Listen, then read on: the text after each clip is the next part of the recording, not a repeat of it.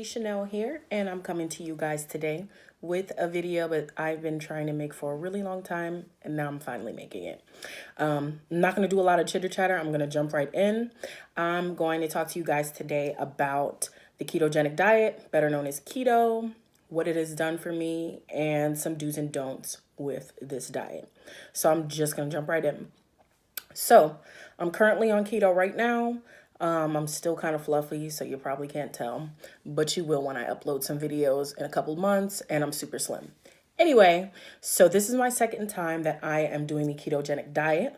I did the ketogenic diet the first time back in 2018, late spring. I started in May, and I did the ketogenic diet for about a month and a half, and in that month and a half, I lost about 30 pounds. So it's definitely something that can yield results if you do it the right way. And I'm definitely glad I'm making this video this time around versus last year, because now I've learned a little bit what to do better so it can maximize my results. So I combine keto with intermittent fasting, and I feel like that gives you the most accelerated results. If you don't know what intermittent fasting is, it is when you fast for about 16 hours a day, and you eat in a small window of time. That has definitely helped me in conjunction with keto. It helps curb my appetite so I don't eat as much. When I'm not eating as much, I'm not spending as much money. And let's face it, a lot of people complain that with the ketogenic diet, you're really, really limited to what you can eat. In my mind, if I'm eating less or I want to eat less, that makes it better for me. That makes it easier for me to get through this diet. I personally don't think that ketogenic eating is something that you should be doing really long term. However, I do think that it does cause kind of like a permanent lifestyle change. It really changes the way that I viewed food, and it definitely improved my relationship with food. And I realized how much our bodies respond to what we put into it. So intermittent fasting is something that I definitely recommend in conjunction with keto. I didn't find that doing that was very difficult. Some people think that it's something that you should gradually go into, and you should focus on just ketogenic eating first. Whatever works best for you. I just found that IF works really great while I'm doing keto. So another thing I want to say is that keto is definitely not a miracle diet. It's not something that is easy, just like any other way of eating or any other diet. It's something you definitely have to be disciplined. Sugars and carbs lie everywhere. So, you just have to be really careful at what you eat. Do your research, do your research, do your research. I can't stress that anymore. One reason why I decided not even to go into what keto actually is because I think you guys should definitely do your research and figure out if keto is the right fit for you and your personal needs. Keto doesn't work the same with everybody. Everybody's body responds different to keto. There's a few things that happened to me with keto outside of just weight loss. And the three things that I'm going to talk about today that helped me really, really say that keto is the best diet for me was these three things that improved tremendously while I was on keto. The first thing that improved tremendously was my sleep. When your insulin levels stabilize, it really helps you get a better sleep. It's definitely helped me get a better sleep. Usually ASMR videos are something that helps me fall asleep in the night.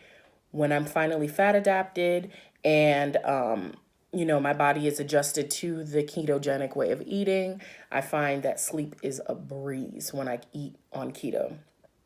The second thing that is drastically different, it's great improvement, is my energy levels throughout the day. I found that I didn't have that 3 p.m. crash at work. I definitely don't need a nap during the day when I'm on keto. When you first get on keto and you're going through keto flu, and that's usually like the head, like the withdrawals your body's going through without the carbs, without the sugar that it's used to getting. And if you're doing intermittent fasting, it's also what your body is telling you it's used to eating certain times of the day, and you're now only minimizing that to a few hours. So when you first get on keto or IF or both, it's definitely going to be a drag. You kind of feel lethargic, low energy, but it definitely improves. For me, it only takes about 3 or 4 days for me to feel a difference and feel a boost in energy. Today is day number 5 that I am back on keto, and I'm already noticing a difference in my sleep and my energy levels. Number 3 is for the ladies only, but this is my periods. My menstruation was much better, much more pleasant. I've suffered with endometriosis my whole life, so being cramp free during my periods happened after I got on the ketogenic diet, and that was literally amazing to me because my periods were definitely a period of time where I felt crippled. I really, really suffered quite a bit.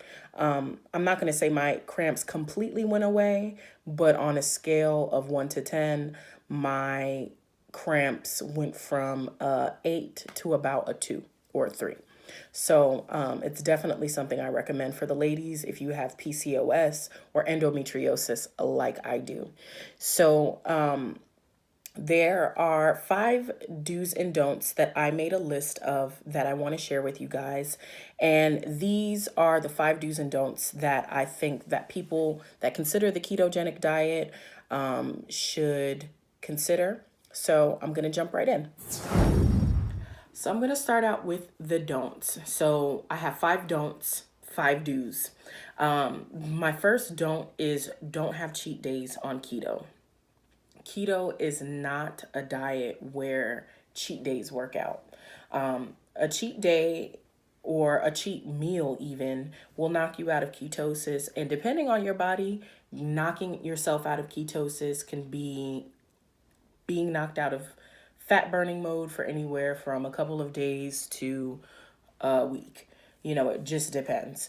So don't have cheat meals. Those carb and sugar based meals will be there after you lose all your weight, after you get on track, and you can go back to eating them in moderation if you so choose when you end keto. With that being said, don't number 2 is don't freak out or go too hard on yourself if you do have a cheat meal or if you eat something that knocks you out of ketosis. And ketosis, if anybody didn't know, is that fat burning mode your body goes into. If you accidentally eat something or, intentionally eat something that knocks you out of ketosis, just make sure the next thing that you eat, you're putting yourself back on track so you can kind of like soften the blow of how far you've knocked yourself out of ketosis. With diets especially, some people, it's like one little thing and it's like a snowball effect, and then eventually you've completely given up on the diet. Don't let those small little obstacles deter you from keto or from continuing your journey. Just take the next meal and go about it again, and make sure that you're eating the right foods and avoiding the foods that keto tells you that you should avoid through your research. Number 3, number 3 is don't eat too much protein. And, it's really easy to eat too much protein on keto because keto tells you you can eat all the vegetables and all the meat you want. Well, it is a high fat, moderate protein, low carb diet. With that moderate protein, it really does need to be moderate. When you eat too much protein, your body goes into what's called gluconeogenesis. And that means that all of the protein that you would be ingesting, once you go over a certain limit, will convert to glucose, which is sugar. And that's what we're trying to avoid mostly. We don't want to have any more sugar because your body will burn that sugar instead of burning that fat that causes you to lose that weight on keto. So it might be tempting to eat a crap ton of bacon, or go hard on eating extra protein, or having protein supplements or whatever. But you really should avoid eating too much protein, because you're going to undo what you're trying to accomplish, which is getting your body into ketosis. Number 4, don't indulge too much in artificial sugars. With keto, it's definitely, it seems like, you're getting over if you're having diet sodas, having Splenda or Sweet and Low, or those artificial sugars. I found with myself that when I gave in to actually having artificial sugars instead of like stevia, it made me crave real sugar. A lot of artificial sweeteners are found in those diet drinks that you have, because let's face it, it's really difficult to go from having juice. I don't really drink soda much anyway, so it wasn't, something that I found was super, super hard, but I was still craving juice a lot, and sweet tea and stuff like that. They have diet sweet teas or diet teas and diet sodas. But, when I found that I was drinking those diet sweet teas and diet juices, that I was craving real sugar, like really bad. And it's just really not good for you. The aspartame and some of those other chemicals that are found in those diet drinks are really not good for you anyway.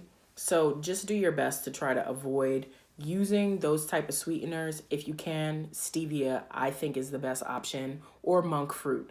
Those are both really good sweeteners that are natural. They're plant derived, so you will be able to have this, the sense of sugar without really having sugar.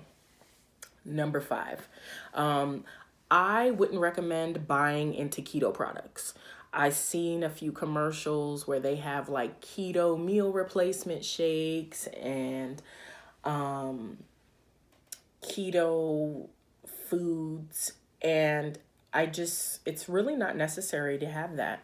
One big part of keto that I think is important is that it pushed me to have single ingredient foods, natural whole foods, vegetables, avocados, things that aren't manufactured or, made. I just feel like that's going to cause you to spend more money than you have to. And there's probably a bunch of chemicals that your body probably doesn't need in order to accomplish being in ketosis. So don't buy those products. Bulletproof coffee is something that I really like. The only thing that I have purchased that I didn't have before that wasn't a food product is MCT oil. I got this off of Amazon. I don't remember the exact price. I will put the link in the description box, but I do put this in my bulletproof coffee. And there are tons of recipes online on bulletproof coffee. You can put a squirt of MCT oil in here or in the coffee on top of ghee, which is like clarified butter. That is definitely like a breakfast. It's something that I usually start my day with, and it's usually great. I will say though, with the MCT oil, be very, very, very careful not to have too much MCT oil in your food. It does cause digestive stuff, and you will have some diarrhea, and it's really gross.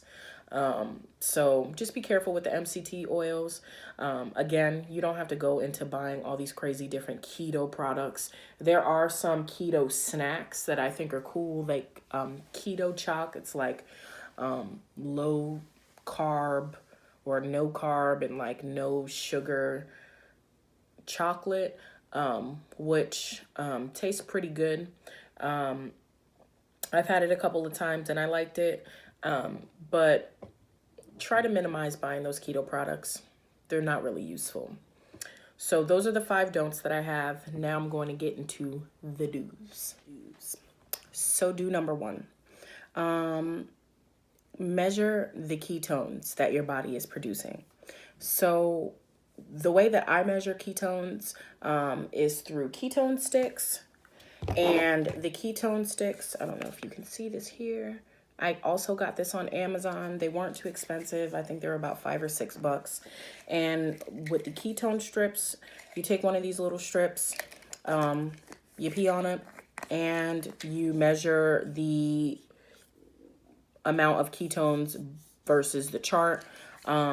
It does say that if your body is in ketosis, like heavy ketosis for a long period of time, that's not good. But I definitely think measuring ketones in your body is important, because it's like, how are you going to know what knocks you out of ketosis and what doesn't, versus doing just lazy keto where you just eat what they say you should eat and avoid what they tell you should avoid and hope for the best. So definitely measure those ketones.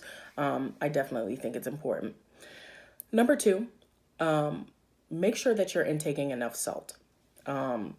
When you are on a restricted diet like this, when you're taking carbs and sugars out of your body, it causes you to lose a lot of water weight, and you're also losing a lot of electrolytes, a lot of salt.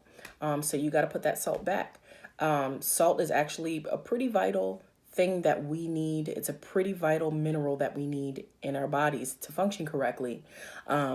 Eating salt in ginormous quantity will, of course, give you high blood pressure. So don't overdo it. But I definitely recommend making sure you keep up with the amount of salt that's in your body.